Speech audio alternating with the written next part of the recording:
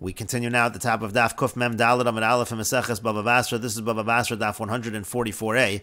On the previous Amud, the Mishnah said that if a father dies and he leaves over an estate to his adult and his minor sons, and before the estate is divided, the adult sons, they enhance the inheritance, they make profit from the inheritance, so the profit is then divided among all of the sons. And the Gemara said that's only true if the enhancements, if the profit comes because of the estate itself, it comes automatically, so to speak. But if the adult sons are actively involved, they're causing the profit, so then they get that profit.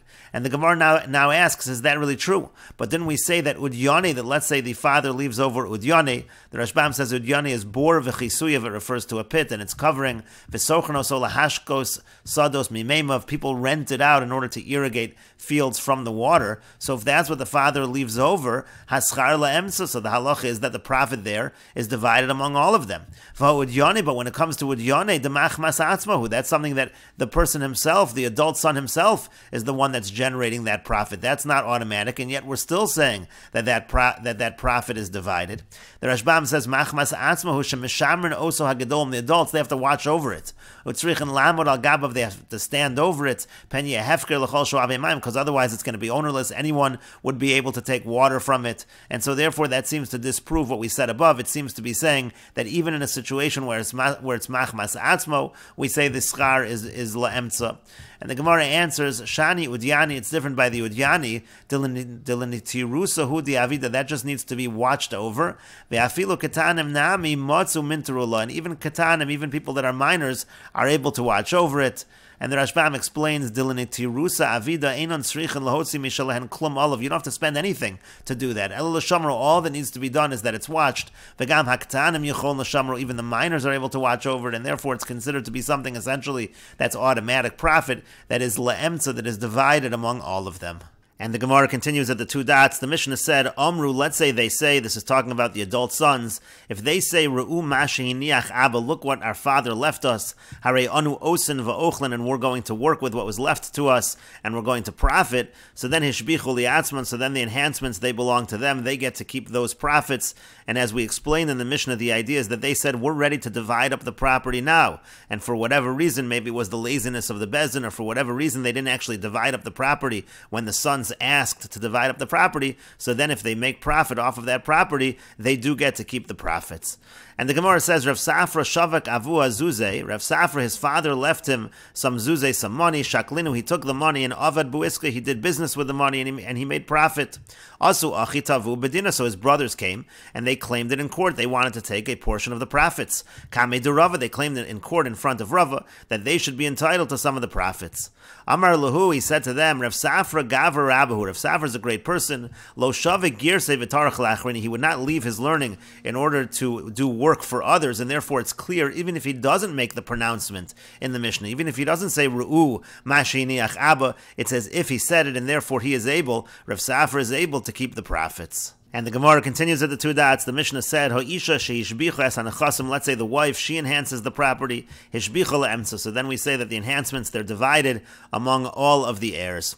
And the Gemara says, Isha b'nichsa yasmei maya avidita, what is the wife doing with the property of the orphans? Why is she inheriting at all? A wife doesn't inherit, it's actually the children who are supposed to inherit.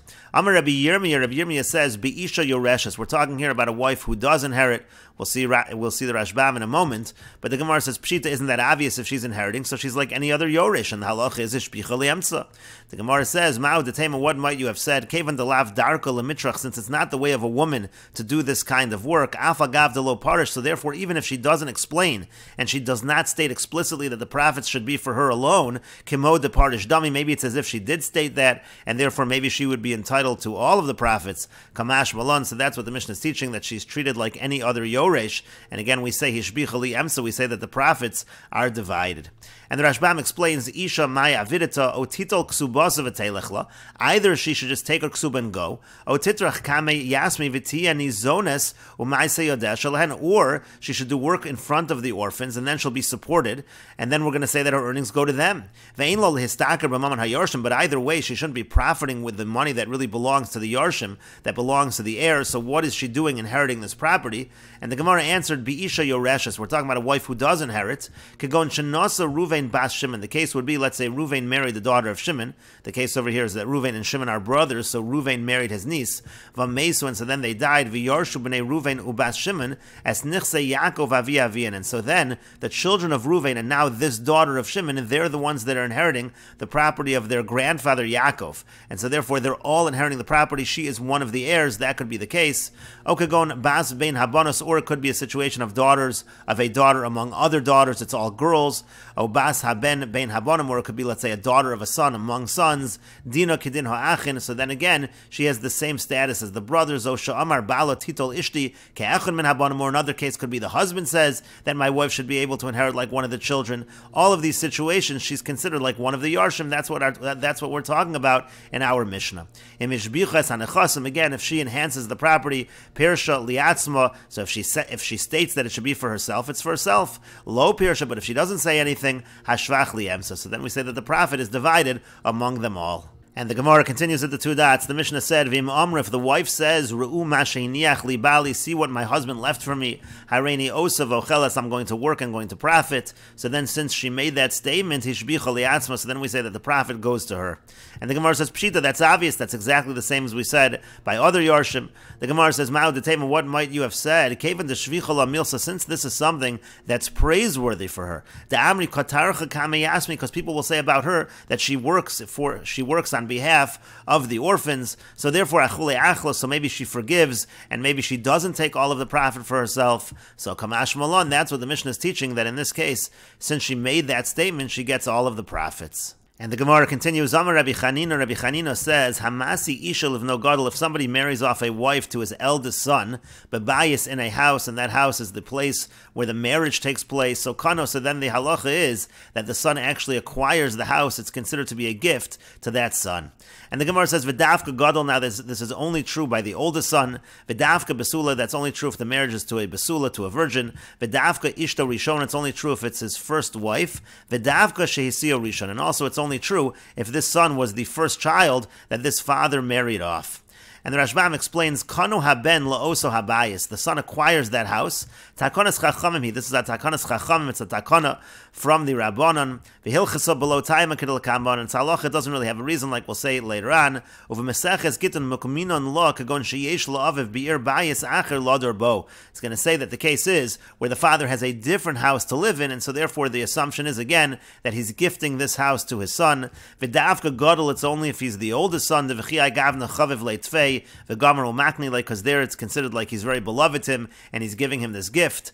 And so again, in this situation, he's going to get the house as long as these conditions are fulfilled. And the Gemara continues, Pshita, it is obvious, Yichid lo aviv bayis v'aliyah. Let's say the father designated the house again for the wedding, and there's also an upper floor. So bayis kana aliyah lo kana. So the lower floor, that first floor, the son will get that he'll receive as a gift, but he's not going to acquire the upper floor. Bayis v'achsadra. Now let's say it's a house and a portico. So what's the halacha? Maybe over there he gets the achsadra as well. And similarly, shnei botim zel lifnim mizel. Let's say it's two houses, one is within the other. So what would be the halacha in that case? And the Gemara says teku. The Gemara leaves this as a question. And the Rashbam explains, Yichad lo bayis v'aliyah, klomar yichad lo ha'av livno bayis, sheyesh aliyah gabav, meaning the house that was designated happens to have a second floor above it, so obviously he's not going to get the aliyah. What about by an achsadra? What if it has a portico, lifnei habayis, that's in front of the house, uposchen bo chalonos, and there are windows that open into it, v'derech achsadra nichnasim lebayis, and people enter the house through the portico. Or let's say shnei batim, two houses, meaning im timsa lomar bayis v'achsadra konef. You're going to say that he acquires both the house and the achsadra. Hainu mishum de achsadra mishubed lebayis. That's because the achsadra serves the house. Avol shnei batim zel lifnim mizeh. But what if it was two houses, one within the other? So what would be the halach over there? And again, the Gemara said teku. And the Gemara continues, Meisve, we have a question from the following Bryce. So Yichid lo aviv bayis uchle bayis. Let's say his father designates for him for the wedding a house and furniture of the house, vessels of the house. So the Bryce says, Klei bayis kana. So the vessels of the house he does acquire, but bayis lo kana, but he does not acquire the house. This seems to go against what we said above. The house does not go to the son. We don't assume that that is a gift. And the Gemara says, Amar Rabbi Yirmiyah says, Kagon shaya otsaro shal aviv munach sham. The case is where the storehouse of the father is over there. there is in the house, and if the storehouse of the father is there, it's assumed he's not giving the house to the son. Nahardoi Amri Nahardoi, in Nahardoi they say Afilu Shovcha Diona, even if it's just a dovecote that's there that belongs to the father. Again, the assumption is the house is not being given to the son. Rav Yehuda and Rav Papi Amri, Rav Yehuda and Rav Papi, they both say Afilu Atzitza Daharsuna, even if it's a pot, a small pot of fried fish that belongs to the father that's in the house, that's enough to indicate that he's not giving the house to the son. Marzutra Ansave Levrei, Marzutra married off his son, V'tolale sandal, and he hung a sandal in the house, and that was to indicate he was not giving the house to his son. Ravashi Nasve Levrei, Ravashi also married off his son, V'tolale Ashisha Demishcha, and he hung a jug of oil in the house, again also to indicate that he was not giving the house to his son. And the Rashbam explains, Zotzaro Besocho, if the father's storehouse is in the house, then we assume the house is not being given to the son. Hilkach Bayis Lokana, therefore the son does not acquire the house. To Kevin the Mishtamish Ha'av Bebayis, since the father is using the house, Lohotzio Mechazkaso, he's not taking it out of his presumption that he's the owner. V'lo Makni Leilev, no, he's not giving it over to his son. And the Gemara continues, Amar Marzutra says, Hani Telos Mili, the following three things, Shavinu Rabbanon Kilchasa below time. The Rabbanon say it's a halacha, and it's like a halacha with no reason. Chadaha, one is what we just said above, again, that the son, he gets to keep the house that was designated for his wedding. Idach, the other one, the second one, Diyamar Rav Yehuda Mar Shmuel, that Rav Yehuda says, that Shmuel says, Hakosev kol nechasav liishto, if somebody writes over all of his property to his wife, lo asa ela petrapa, he's just making her a caretaker for the property. And Idach, the other one, finally the third one, Diyamar Rav, that Rav says, Mana li biyadcha, if a person says, there's a mana of mine in your possession, you owe me a mana, you owe me 100 dinar, Teneu leploni, give it to so-and-so. But my mitshloshon, and this is in front of all three parties are there, so then the recipient does acquire. And the Rashbam explains, Shavinu Rabbanon heim tiknu es hadavarim kach, the Rabbanon instituted it in that fashion, afal pi she'eino din Torah, even though it's not a doraisa, ki midah v'midohem, this is the way that people should behave. Chadaha, the first one is the one we said above, Hamasi isha livno, if a person marries off a wife to his son, v'takonas chachamim l'chavar achas, and this is a takonas chachamim, for the honor of the groom, shegnai hadavar loses isha, v'ein makom lo darbo, it's not a nice thing that the person should get married to a wife and not have a place to live, that's why he receives the house. Apetrup, again, he designates his wife as a caretaker, the anon sahadi, because we are witnesses, the lo akar nachal asabonim, he's not trying to uproot the inheritance of the children, v'lo neskavin ela sheyechabdua habonim mitoch she'ochlan al yada, this is just a way, his intention is that the children should honor her because they are eating due to her, because of her. And finally, the last one, b'may mitshloshtan, this idea of ma'ay mitshloshtan, meaning all three are there, all three parties. Nifkad, mafkid, makavel matana, the nifkad, the person who's holding the deposit, the mafkid, the person who gave over the deposit, and the person who's the makavel matana, the person receiving the gift. So kana, so that person receiving, he acquires. Kach tiknu chachamim, this is what the chacham instituted. Lefisha adavar taderhu bein habrios, this is something that happens commonly, happens frequently. V'lo his kiku chachamim lahaknos bekinyanu ve'edim, and so therefore the chachamim, they did not say that you have to make the kinyan with a formal kinyan and with witnesses, rather it works just through ma'ay mitshloshtan, and we will continue with this discussion in the next video on Daf Kuf Mem Dalid Amud Beis.